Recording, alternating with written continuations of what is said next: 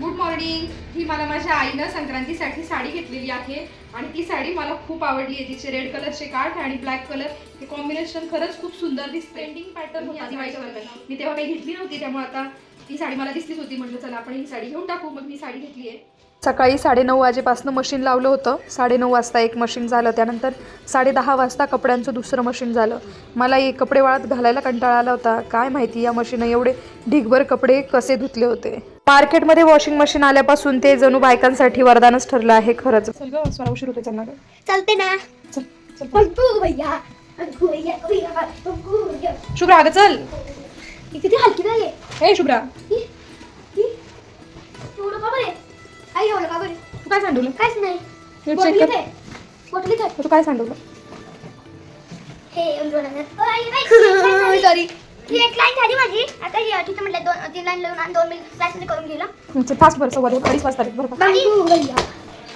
लवकर काय करते आता आई? हां, मग लवकर जातोय ना टीव्ही पाहता पाहता काही. हे बघा, ही ब्लॉक करते ना म्हणून माझे ना मला कापते आणि खूप जोरात मारत राहते. कोण मी? हां, कट्ट बोलती. ही कट्ट बोलती.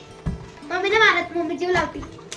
आणि माझे पप्पा काय आम्ही काय होतं?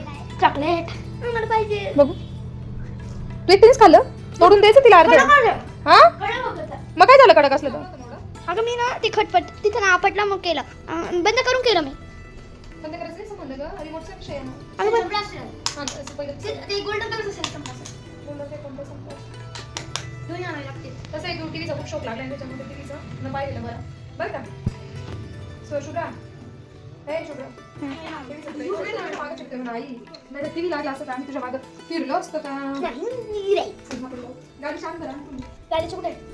असं नाही. भत्ता या खायला भत्ता कांदा चिरणार आहे. संध्याकाळचे 6 वाजले होते. स्वरा शुभ्राला क्लासवरून आणलं, त्यानंतर छोटासा ब्रेकफास्ट झाला, म्हणजे भत्ता वगैरे खाल्ला होता. आता आम्ही चाललो होतो चक्करला, म्हणजे या दोघीजणी गार्डनला खेळतात आणि माझं तेवढंच चक्कर वगैरे मारणं होतं. संध्याकाळचा तेवढा काय तो वेळ मला स्वतःला मिळतो. दिवसभर आपलं काही ना काही सुरूच असते. एकतर शाळेत सोडणं असेल किंवा क्लासला सोडणं असेल, मग त्यांना तिकडनं आणणं असेल. भरपूर असं दिवसभर घरात खूप काही काम पुरतं प्रत्येक. बायकांकडे कितीही साड्या असल्या, कितीही ज्वेलरी असली तरी ती कमीच असते. दुकानामध्ये आमचंही तेच सुरू होतं. आता थोडीशीच भूक होती, समजतच नाही काय बनवू. मी थोडं डाळीचं पीठ, थोडं बाजरीचं पीठ, अजून काय घेतलं कोथिंबीर. मी थोडंसं बाजरीचं पीठ, डाळीचं पीठ, तांदळाचं पीठ घेतलं, लसूण, मिरची आणि जिरं याची पेस्ट करून घेतली. आता मी बघते हे होतंय का, आणि कोथिंबीर घेतली, होतंय का आणि याची टेस्ट कशी लागते सांगते मी तुम्हाला. जमतंय का शुभ्रा? माग हो थोडी तोंडावर.